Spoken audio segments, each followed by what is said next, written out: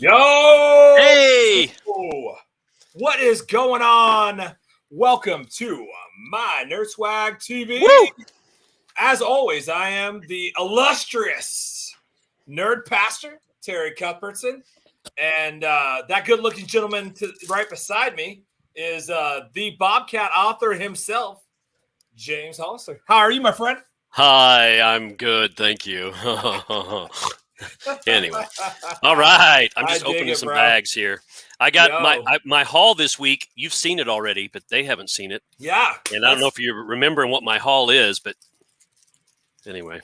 No, okay. It's cool. It's cool. Oh, have I seen it? You have seen it. You have seen it, definitely. All right. So if you're watching right now, doing it in a surprise fashion. Do me a favor and tell us where you're watching from right now. Send it out to all the peoples who like to watch. Yeah. And we're going to be talking a little bit about we just got back from Uncanny Comic Book Expo. Uncanny Comic Book Expo. Uncanny Comic Expo. I did. Uncanny Comic Expo, yeah. They can't say con or San Diego will come after them. Yeah. So with a vengeance. I did a bunch of interviews with people, but we didn't have enough signal to send it out live. So we just recorded it, and we'll be blasting those out this week. Just some really fun people, a couple of local comic book artists and authors, some artists, some cosplayers. I think I even have, I don't know what I've got. I've got a bunch of fun stuff coming up. So we'll have those interviews. But every interview I did, I messed up the title of where we were at. Every time. It was like, Uncanny Connie. Yeah, just... So I may do a whole highlight reel of me butchering Uncanny Con corn. It's uncanny. So we're gonna do a whole show once we get this edited and put together, just all from the thing. Yeah. And what we may do tonight is, if I can make it work, I might try and share maybe a couple of like raw footage. If you want to see some raw footage of stuff we've seen, I don't know what we'll show because it's really raw footage. Like it's really raw footage. It's raw, man. Yeah, there's no cooking involved here. Yeah. So this is sushi footage. So, dude, you were at your booth at Uncanny Comic Expo. So I didn't see you get to dig around in some short boxes. Did none of that. So your haul is not coming in any way from the comic book convention. That is correct. Yeah, that is correct. Now, I can do it anytime. I'm kind of. Go ahead. No, do it. But my haul is actually coming from there. So so that was exciting. I didn't get as much time. Like I said, we did a ton of interviews, bro. We really had some great so I think some great conversations. I don't know how the video quality is going to turn out or the audio quality may not turn out great on the whole thing. Right. And if that's the case, it's all because it's a long story. So, have you heard any of it? Have you listened to it? Yeah. I think it'll be fine. I had some really good. We mic'd it. Right. Yeah. I just lost you. You're it looks like your mic is on mute. I don't know. That is strange.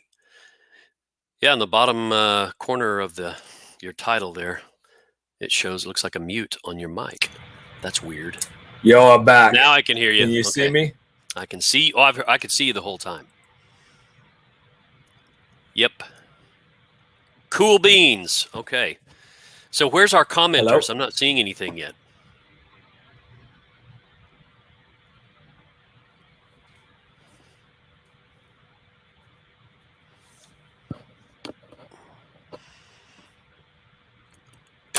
We got it?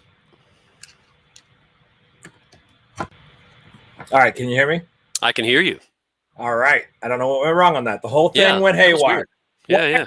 You know, I don't know. I pay for good internet, and for some reason, every night when we try to broadcast, we have some stupid internet problem. So we're hardwired in. So we'll just see what happens, my friend. Just lost any viewers who were interested in watching us tonight in one foul stream. So unless we didn't get cut off though, right? And where are the comments? Where are you guys at? I want to see your presence here. So anyways, well, I'm gonna throw a tweet out too, just telling everyone. Yeah. Did I just spit when I said that? Did I actually hit the camera that time? I don't think so. All right. I mean, I felt something over here, but I don't know. Yeah, right on the probably, back. Yeah.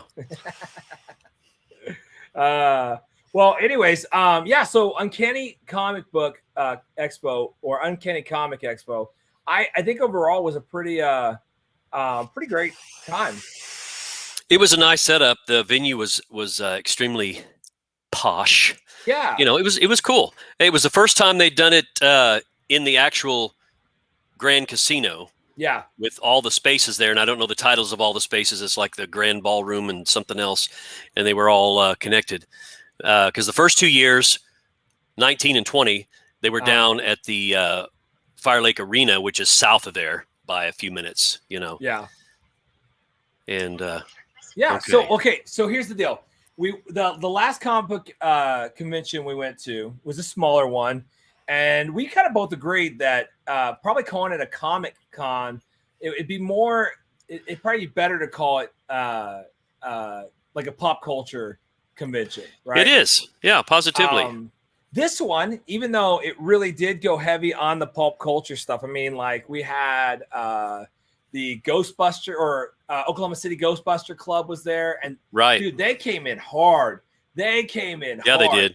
Brought the Echo One, brought the giant Stay Puft Marshmallow Man, had all of their people out full regalia, total uniforms, had the backpacks on, all that. Man, I mean, they just brought some great stuff in on that. And so I really enjoyed seeing what they were doing.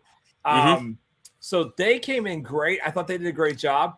And then, of course, the Star Wars, there was 4 different clubs. Star Wars clubs were there. I couldn't even keep up. There was just so much really good stuff. And you had, the props and the equipment and the gear, costumes. So they were all first rate. Yeah, they did all that incredible. Yeah. And the most important part, because you're calling this Comic Expo, they had vendor after vendor after vendor after vendor of comic stores and vendors and so there was tons of collectibles and comic books and stuff available for anyone looking for anything. In fact, I actually don't think I saw any Pokemon card collectors in this one, whereas in Enid's it was like half the booths were Pokemon cards. So not bagging on that. If that's your thing, you do you, boo-boo. Just saying, like, if you call it a comic book convention, and just definitely have some comic books. So anyways, there were some good books there, and our buddy Michael at Deadlift Comics in Edmond had he was representing really well. Yeah. Yesterday. No, man. Not only was he representing well, dude, he had a great location, man. He was did, in one of the main like areas where to get to the next place you had to walk by him. So he was like right next to a hallway entrance, and it was a really popular hallway entrance. So dude, he had a premium location for sure. Yep. So and I was hearing that they did very well. So that they were slammed all day, which is good. Yeah, they were. I kept yelling at him. I was like, hey, let me ask you this question. He's like, let me just come over there when I get a moment. Did he ever get a moment? Did the moment happen? Yeah, man. Yeah, oh, okay. He had probably 6 workers there too. So he was staffed well. So one of the interesting things that happened was one of the people that had that paid for the vendor spot, they were selling, I guess, a relative who had passed away's collection. And so they show up that day. And when you would look for a book, they didn't have the price on the books. He was literally looking up the price when you'd ask him for it. Right. So what I did is when I started working with him, when I realized what he was doing, I was like, all right. So before I get the price he wanted, I'd be like, hey, what are you grading this? You know what I mean? And so he gave me the grade, and that way when he looked at the price would reflect the grade he had just gave me. You know, right. And I wasn't trying to be a dirty dog or anything, but like that's a little shady. I don't know. It's not shady. It's awkward. It's not shady. It's awkward. It is awkward, and it's not really in his favor, or No. it could be not in his favor, because he didn't. He was totally unprepared. Yeah. When he went in there, and he should have done the research and at least had some sticky notes on there. Yeah. You know, after they thumbed through stuff and said, "Oh yeah, this book here is going for $100 somewhere, or whatever." Yeah. Exactly. And he had no idea, according to what you told me. Yeah. No. And no. yeah, made himself vulnerable because he could make a mistake at any point, and someone could come out of there with $100 book and give him $10 for it. You know. Yeah. So and you know, I'm sure they left feeling good. I think it's like anything. I think if you're going to sell, especially something like this, the best thing you can do is to put it at the price you want it, and give yourself wiggle room so that someone could ask you for a lower deal, and you could give it to them at a lower deal, make them feel good, but you not hit a point where you feel bad, right? And right. So I think pre-marketing the books is always a great idea. And most vendors do that. You could tell, like, it was a new family. They had never done anything like this. They were trying to sell a collection of someone they loved. So, you know, it was one of those things. But but from that collection, I pulled out a couple things I was really excited about. So, so you want to see my, I didn't get very much. I really didn't have a lot of time. But you want to see what I did end up with? Absolutely. All right. Here, let's go. Morbius, the living vampire. Yeah. So rough copy of this, probably 3 or 4, but I was just excited to see it. I've been wanting to get a copy of this anyways. I love this cover a lot. And story, I think this is the story where he actually goes into, no, I don't think this is the one where he goes in a house, but I do love this cover a lot. Such a great cover. So looks cool. Yeah. The is that Gil Kane cover? I can't say for sure. I'm looking at Morbius and it kind of looks Gil Kane-ish, but I can't see well enough. On the cover it says, it looks like Cochran. And, okay. And Milgram. Okay. Or maybe Cochran Milgram. Is that Dave? Is it Dave Cochran? That's the writer, isn't it? See the little signature there? Yeah. Can't really read it. Yeah, it's hard to see, but yeah. All right. I guess what I could do is I can look it up later. So yeah. I picked this one up because I thought, man, this might play a little bit into what's going on with the new Spider-Man movie going on. Doctor Strange and Spider-Man. You got Doctor Doom in the background. Yeah. So Dumamo, the Dread Dumamo is going to be in this one also. And as always, one of the famous phrases. Do you see it? Nuff said. Nuff said. Stan Lee classic. Nuff said. That's exactly right. So, Whoa. So that's kind of cool. Something just popped up here. Sorry. Had a bunch of noise. Picked up this one. I'm going to take the price off so you don't judge me on the price. I basically, here's what I did on this. Price judgers. On all of it, I just put it all together and was like, hey, why don't you bundle this up for me and give me a better price if I buy a bunch of books for you? So, but I thought this is what the Falcon should look like. Okay. Mm-hmm. All right. If you're going to do the Falcon, this is how you make him look. Yep. That's a classic cover though. I love that backdrop. Is that 80s or 90s? Looks like 80s. Is that 80s? Yeah, it's definitely 80s. Yeah. Might be late 70s. Nah, maybe. I doubt. It looks like what I need to start doing is before I pull things out, I need to look them up online so that when you ask me questions, I look smarter. Right. And then you got it on a sticky note and you're like, oh yeah. And you can just read it on the back and act like you knew it already. That's what I'm going to do next time. I'll just pretend I'm really smart. So another Amazing Spider-Man. There's Mysterio. Yeah. Who's the headless globe man. Yeah. Yeah. It's pretty interesting. Yeah, it's a 25-cent book, so I was excited to see that. That's where Mysterio loses his mind. All right, and this is one I've actually been looking for a while, so I was really excited when I saw this one. But I love this one. This is This is the Spider. Was it? I think they call it the Webmobile. The web buggy. Web buggy. It is Spider Buggy is what they call it. Spider Buggy, yeah, because it is a dune buggy. Remember the old cartoon Speed Buggy? That's what it reminded me of, and that's kind of from that era. And I remember that book, Mobile.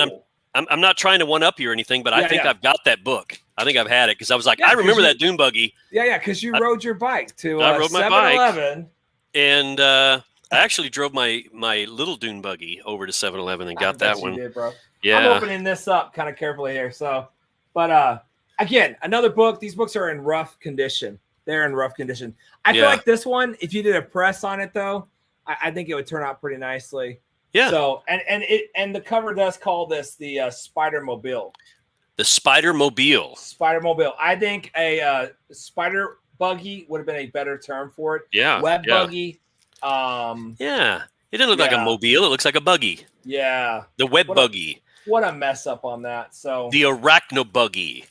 That's, we could just go on here with all these amazing names. Yeah, we messed up on that. But okay, so and then I picked up some independent comics from a local guy here. Yeah, Jerry. And dude, I gave him a hard time on the interview. I did an interview with him, and I really gave him a hard time. And not because, listen, I like the concept of the book's fun, but right. The issue 1 of this book is a normal size book, right? Right. Right. Now look what, and issue 2 has great art, but look what they did on this book. I'm like, the second one is big. Yeah. And the problem with that is that's not going to fit in a short box, a long box. It's going to get banged up and maybe did he? I don't know what he said because I haven't seen the interview. I was in the other room when you guys did that, but it is maybe a partial explanation that by the time they got to issue 2, they were really focused on like a larger size book to appeal to like younger kids. You know what I'm saying? This book, like a bigger book that they're going to go, oh, wow. No, this book is definitely geared that way. He said that on the reprint because I think it's available. You can get it through Diamond Distributors. So if anyone is interested in getting this for their kids, it's a superhero mom and the daughter is on the spectrum.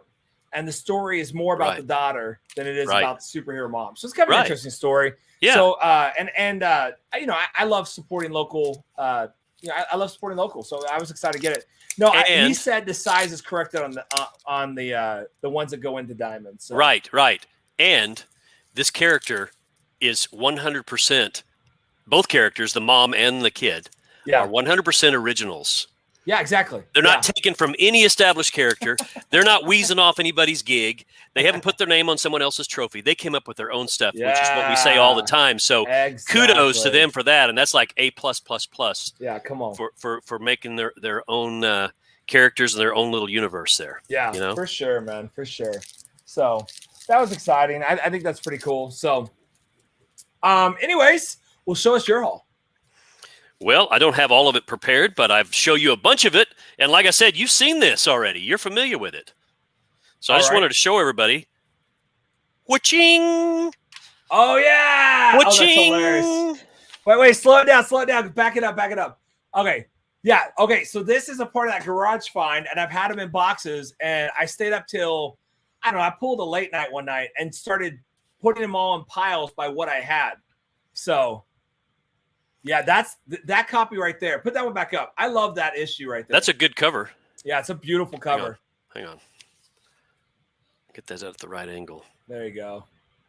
The Fiend and the Flame. Yeah. And there's his buddy Red Sonja. Are they like boyfriend and girlfriend at this point? I don't think so. Oh, I don't know. I haven't actually read it, man. She's Red Sonja. I guess that's just her hair. He looks more red than her, but that's just his skin. He's been sunburnt. They should call her Ginger Sonja. Yeah, that's right. Ginger Sonja.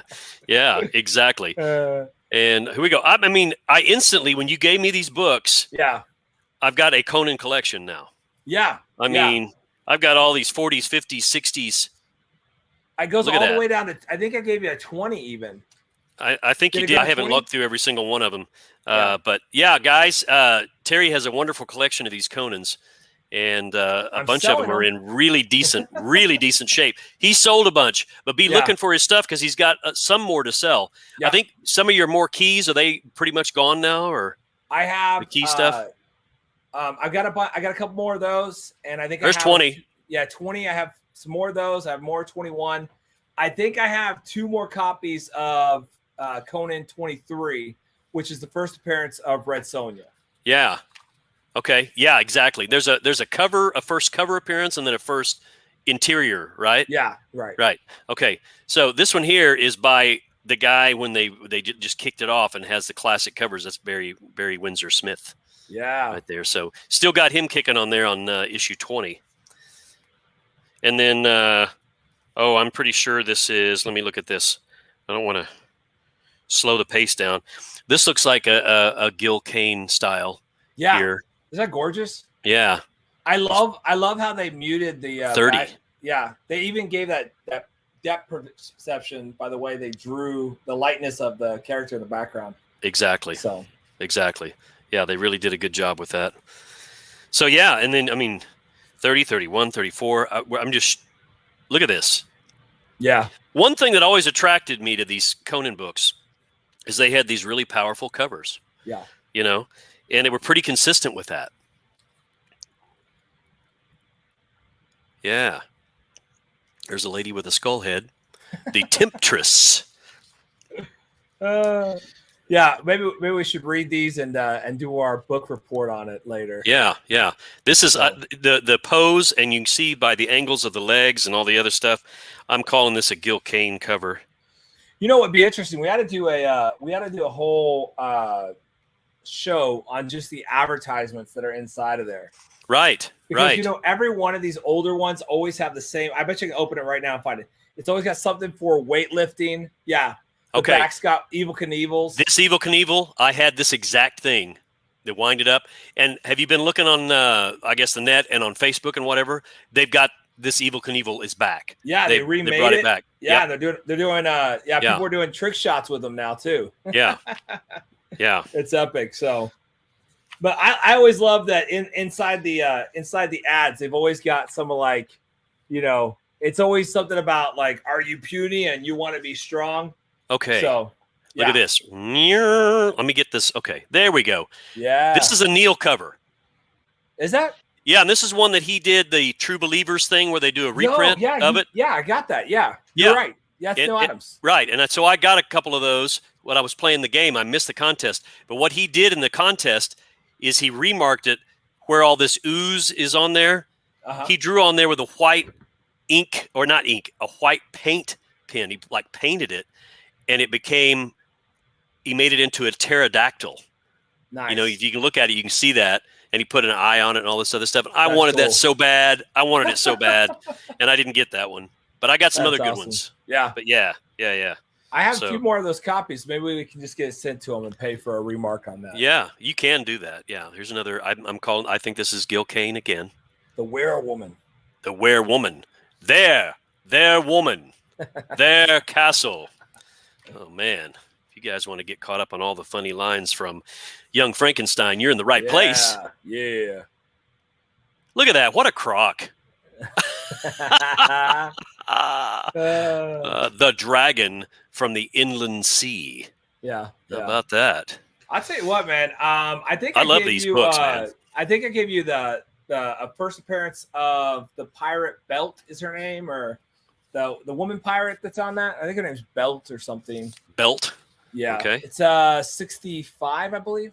Okay. If not, I've got a stack of those. I'll get you one. So but yeah, man. I'm looking at 66 here. I bet I have it. Here's 63. I'm sure it's in here. I just haven't had a chance to go completely through it. 65 right here. There it is. Is this? It's still in that bag though. But is that her? Oh yeah, it's in those gross Belt bags. Yeah. Is that that's Belt? Her name. Yeah. It is. Yeah. Okay. It may not be first appearance. That may not be the first appearance of her. Look at how they did the 25 cent on that. It's different than all the others. It's like this giant thing, and I don't know. Maybe this is some special release thing or something. I don't know. It's weird. You should find out. Yeah, sometimes they would do. They would try to up a price and put it 35 cents. Yeah, and then they do some books that were 25.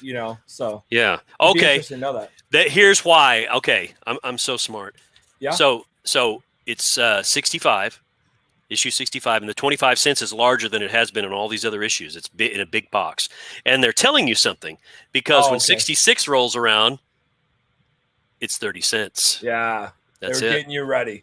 Yep. They're getting you ready. Remember when they went from 12 to 15 centers, you guys, the silver bronze people, just as they were switching, they put the 15 in like a circle. And it was a brighter color, and they stuck it on there, so you get like 15 cents, hey, and right before they popped, I think it was right before. Honestly, it was after they did the 12, they went to 15, and then they did the little pop thing. It says still 15 cents for the next 5 minutes, and then That's right hilarious. after that, then they started doing the 20-cent books. That's what it was. Yeah. There you go. So there you have it. And Well, so, guys, there's still more books here. I haven't gone through all of them here yet. And on this, it actually says it was limited distribution. Really? Yeah. That's interesting. Right now, graded 8.9 goes for $100. Of 65? Yeah. Wow. But I mean, there's only been 13 sales. That was in July 2020. So who knows? Who knows? Yeah. Rawls aren't the same price. I was trying to look up the information on I'm on Go Collect here real quick, but just figure out why. I felt like there was something big about her, but I know like in episode 100 I think it's her death. So. Oh, okay. Yeah. Wow. Who knows? So she's not around anymore unless she got thrown into a pit of life or something. One of those way they bring the characters back. This book Out of the Bag.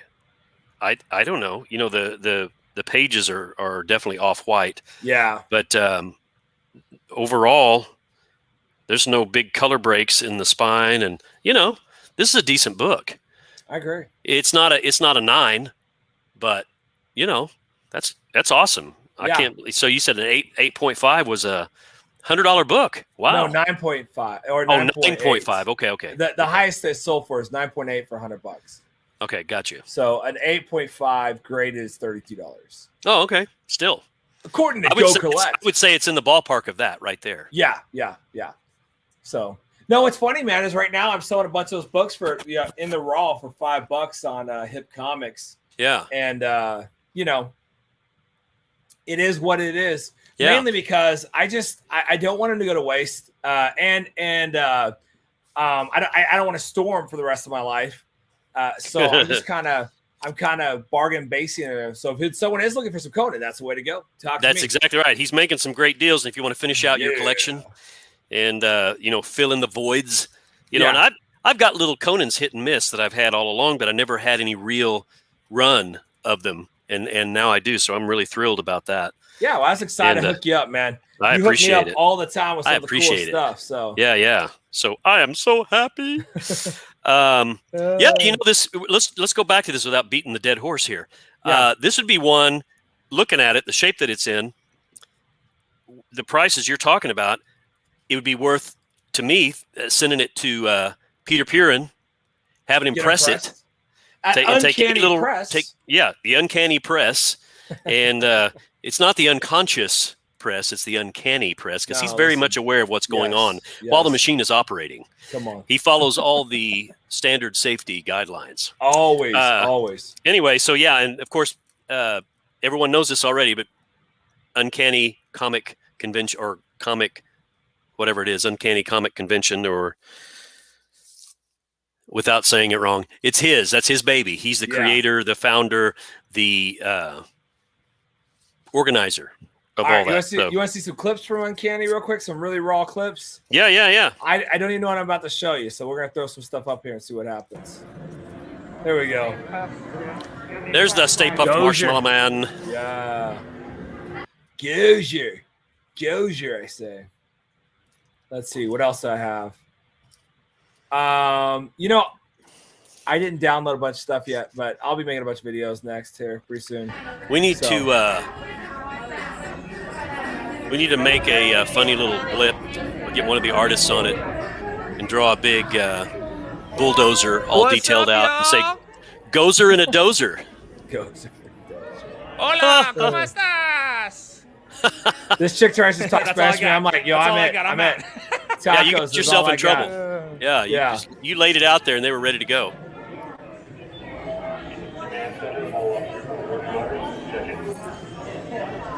Move along. Hi, guys.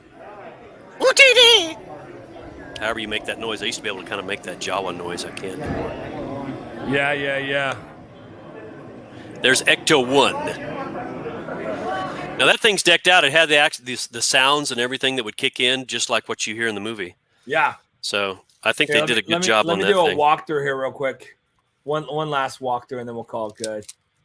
I want to try to get to the main hall so you can kind of see. Let's see. Yeah, Yeah, there you go. Here was the main hall with all the stuff, and I was going through it pretty quickly. So, like I said, this is really rough stuff. So, my favorite part is when I walk by the two main Hulk guests. smash. That was a good Hulk. I liked it. His head was so small; it was kind of funny. So, Yeah, they've been doing that. They've been doing this massive body. Of late, in the last I don't know how many years, fairly recent, Neil Adams has been drawing some Hulks with these gigantic, massive bodies, and his head isn't very big. It's just really, it's wild. There's Jerry. George. That's George something. Yeah. There's CBCS. They're supposed to be sending me an email so I can get an account going. Come on down. I'll be Come right on back. down.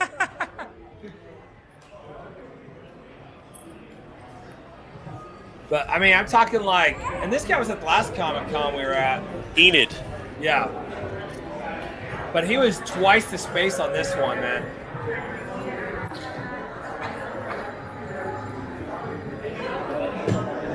So.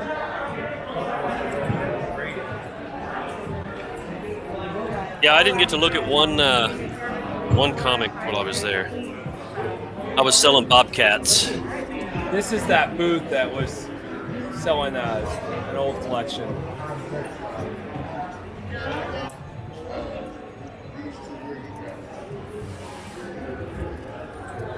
But anyways, lots of collectibles, man. Lots of comic books. I was really happy. Very cool.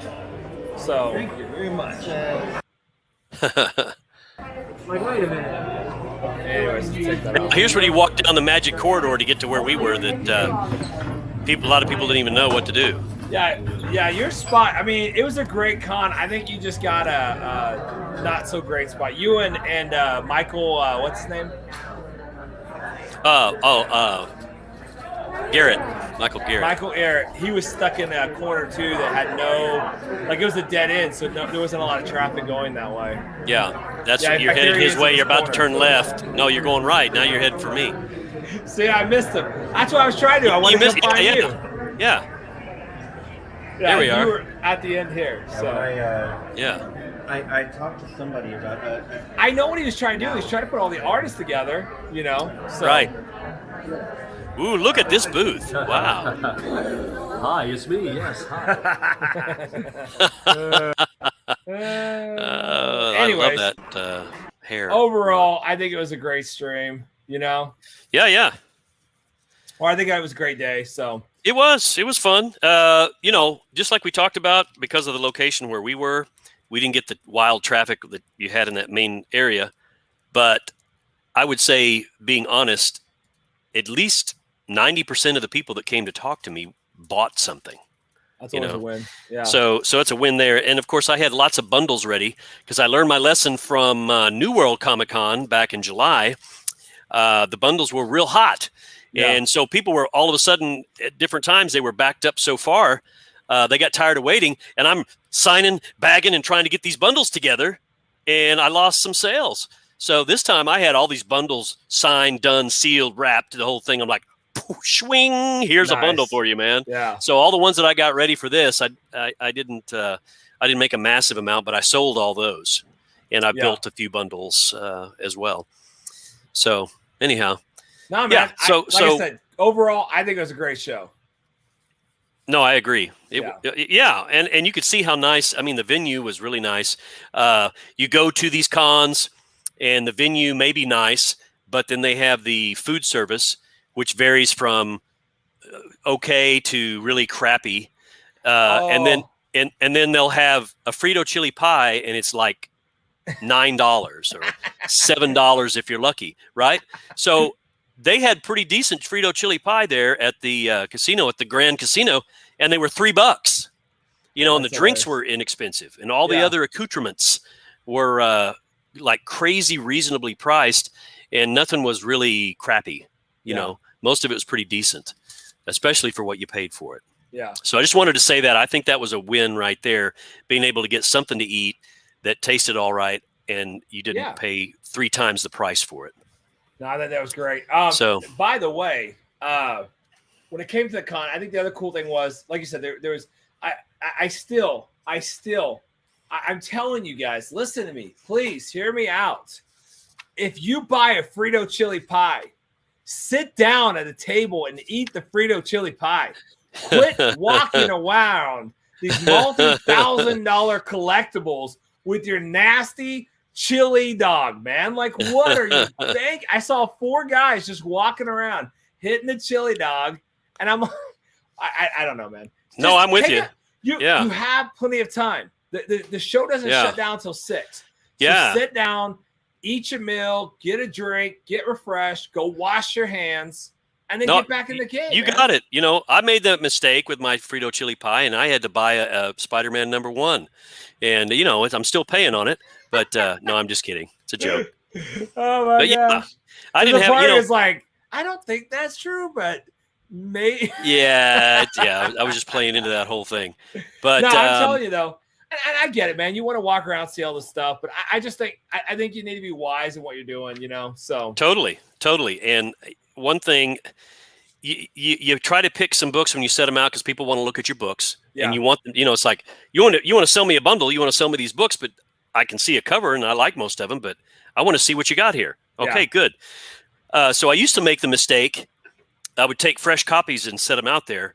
And, people would normally be pretty easy with them. Then I had some guys come up and they're looking at it and they're like, and I'm like, dude, what are you doing? And when he set it down, I was like, that just went from a 9.2 to a 6.5. Yeah. And are you buying it? No. Or you might want to buy one. You go, hey, can you give me a better copy than this? Yeah. Somebody's just really messed this up. And Oh my gosh. So now you got the reader copy. I remember one guy really did it bad. He did that thing and he was just like bending it. And I'm just sitting there cringing going, did they just let you out? Is this your monthly release, or whatever? I'm like, gosh. Does anyone know you're missing? Exactly. Yeah. That's hilarious. Yeah. I don't know, man.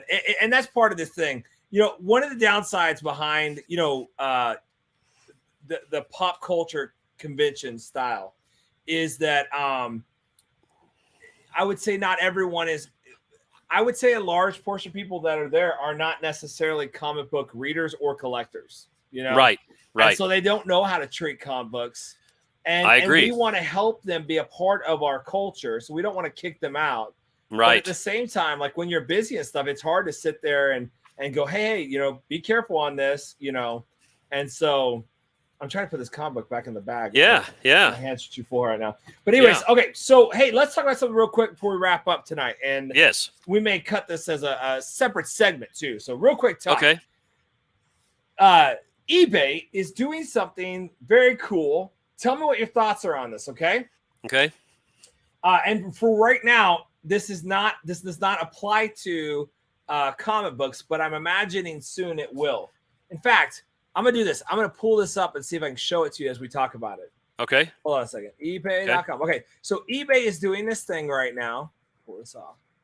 Where, let's see, share screen. Da-ba-da.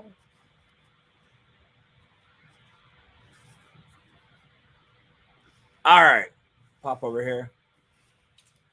Okay. So eBay is doing this thing right now. I've said that line 4 or 5 times. I apologize. Just in case, hey, for you guys tuning in late, eBay is doing this thing now.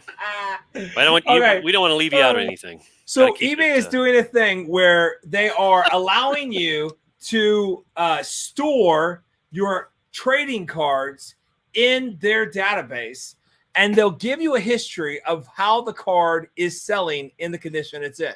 Hey. So you can add right now, see this, you can add up to 1,000 cards for repurchase, okay? Now, cool. My thought on this is, if they're going to do it for trading cards and Magic the Gathering cards and Pokemon cards and all that other stuff, right? Surely the next step then is going to be also allowing comic books to go on. Don't you think? Right. Got to. And now, if they were to go that route where you could upload your entire collection and then also store it as a CSV file, which is what works in Excel and any program like that. What would you think? Is that something you think you would do? Like, would you take the time to scan or take pictures and add your collection to eBay? Well, that's a good question. I mean, if you did an entire collection, you've got a zillion books. That would just take you forever. Yeah. And so I would say analyze the purpose of it and how is it going to help you to do that. Yeah. If you're trying to sell things or whatever, you want to pick your key books. You want to pick your valuable books. So if you're taking the time to photograph them and put them in the database, then you want to have something that's worth more than $5 or whatever, right? I mean, that's what I would think. Yeah, that's what I would think. I mean, I don't know because I haven't operated that thing and I don't know all the ins and outs of it. I was thinking even today or yesterday when I was looking around, one of the dealers had a huge selection of Howard the Duck. I've almost completed my the original run of Howard the Duck. Okay, I don't have first appearance of him yet. It's on there. I'm going to get first appearance. That's right. That's one of my goals is get first appearance of Howard the Duck. And then I'd like to get the whole Gerber run, right? Right. And so that's what I'm doing. So I'm looking through the books and I'm going through, I'm pulling them up and I'm like, have I seen this one before or do I have it? And because I haven't taken the time to take a picture of it and be able to go through my pictures and stuff to see if I have it or not, I just couldn't talk myself into taking the risk of getting doubles and then having to sell the book later. So right. I think it'd be cool with this. If you were wanting to, if you want, I think if they go down this route and you want to fund your collection, right? So you're going to sell off doubles and books that you're no longer interested in, especially if they hit a high or something. Right. I honestly think that for collectors, I think this really could be a game changer to bring them into the world of not just collecting, but collecting, buying, and selling. So right. I don't know. I'm going to be watching this. It'll be interesting to see where they go with this whole thing. But I think it's something worth definitely watching out for. Right now, there's some other companies that let you do that. You can put in the comic book that you have, and you can put in what you give it a grade as, and it'll give you kind of an analysis of everything you have. Mm-hmm. And you pay a monthly service for it. With eBay, I'm not sure if they're going to charge you a monthly service to do this or not. So depending on what they're doing, man, I think this says that they are going to this will probably change the market for collecting is what I'm guessing. Yeah. So, but I don't know, man. I just thought it was interesting. That was something worth looking into and thinking about. So yeah. It's definitely interesting. Yeah. I'd have to learn a little more about it to make a semi-intelligent, evaluation of it. Well, we'll keep an eye on it. And if they actually go from just doing cards and they move over to the comic book side of things, we'll play around with it and do a review of it when it comes up. So yeah. All right, my friend. Sounds good. Well, hey, by the way, I was thinking on the way to come back to the house to set this up. What if someone wants to get a bundle pack? Do you have a place they can get the bundle of all of your books, the Bobcat books? We do have a bundle deal, and honestly, I need to go back and look and see what all is on it. It's something my nephew helped me put together, and he put it on the Bobcat Mercantile, or the Bobcat Mercantile, on the bobcat.net. So if you guys want to check it out. But yeah, there's a bundle with, I think he's updated it with 5, because when he did it the first time, of course, we didn't have 5 in our hands yet. But I think he's got it updated where you can get 1, 2, 3, 4, 5. On the bobcat.net. Yeah. Yeah. I was just, because you're right, man. Everyone that was coming there really were digging. And the better deal, the bundle is a deal online. Okay. So it is for sure. But in person there, I had a screaming deal because I had single issues, 1, 2, 3, 4, 5 for $35, all signed by me, no extra charge, $99.99 value, and bagged and boarded and all bundled up. Okay. The Bobcat single issue, there should be a thing somewhere where it's showing bundles. I haven't figured out how to navigate this real easily. And that's one thing I've taken up with my nephew is like, you know how to do all this stuff, but the average Joe like me needs to know how to I wonder if you go under single issues, if it's under, hold on, let's see. Yeah, right here. So if you go under single issues, Mhm. It's the You flip that little, you flip the little arrow on there to the right where it says title, Yeah. single issue unsigned, the little down arrow in that, yeah not the quantity, but the other one. And I think it'll pull up a bunch of it's other right stuff. there. So Yeah. So go to thebobcat.net and under Bobcat single issues on the pop down, there is unsigned and signed bundles that you can get a hold of. Right. And pick it up, man. If you guys are interested, or be watching for the next time James is at a con, and he will make you an incredible deal, including the fact that I was watching James signs every book at the con that he sells for free. So double the deal, in my opinion. So yeah. We charge a little extra for signatures from the artist, Jim Mesling, for a number of reasons. And the biggest reason is we have to ship it twice. It's the back and forth thing. And especially for the last year and a half, it's been over a year and a half since I've seen him in person. Yeah. And I'm looking forward to October the 1st. I think it's 1st, 2nd, and 3rd. Is that right? Friday, Saturday, Sunday in Grand Island, Nebraska, the Grand Island Con. Everybody look that up. And Jim and I are both going to be there. You hear that? Gemini. I'm not a Gemini. I'm actually an Aquarius. What's it called again? The Grand Comic-Con. It's not the Grand Island Con. I think it's a Grand Comic-Con. I think that's right. Looking it up right now. I'll put it up on the screen. Yeah. So if you guys are in the vicinity of that, definitely go to that there in Nebraska and come and see us. And I'm so happy just to be going to do it.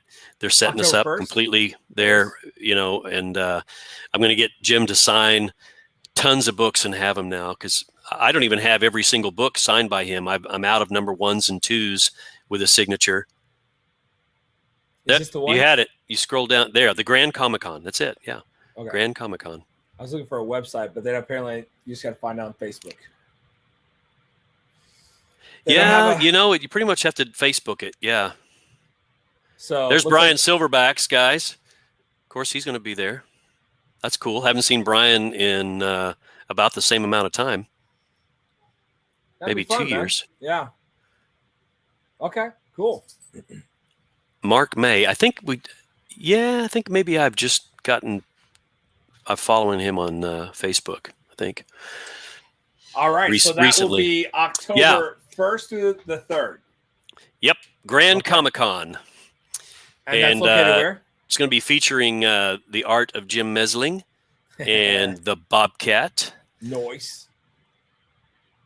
I like it. I like it a lot. And of course, Jim is a returning pro vet for that particular con, and he said, "Yeah, it's great. It's not a giant con, of course. Yeah. But he said it's set up really well. It's a good balance of everything, and he says it's great. The people that are there, the attendees they buy. They're interested. It's a good time. It's a good time. All right. Well, that's awesome, man. So yeah, you guys, if you're around or near that area, make sure you get your tickets and get there early and hit the Bobcat booth. Yes. And say hi to all our friends. So let's wrap up, man. Let's call it a night. What a night. We are both probably exhausted from living the Comic Con life. Yeah. Yesterday was a big day. So, although it's okay right now, my back was screaming by the time I got everything packed and unpacked, Yeah. Ay. This is a young man's job. I'm telling hilarious. You need to hire yourself one. Yeah. Get one. So that's hilarious. All right. Well, so we'll catch you next Sunday night. We're going to be bringing out some guests here pretty soon. We're getting our lineup set up, and we're going to have some wild guests. Yeah. Good stuff. And then throughout this next couple of weeks, we're going to be posting some of the interviews that we got from this last comic book. We'll do a review, and we'll do kind of just a bunch of highlight stuff. So there'll be videos popping off pretty soon. Yeah, and we've got to get everything edited and assembled.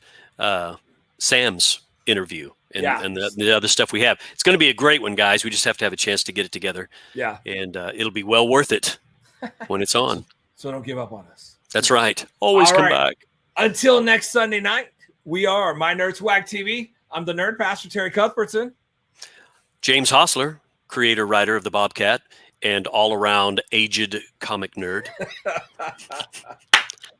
And man, we'll catch y'all later. See y'all later. All right. See you guys soon. Bye.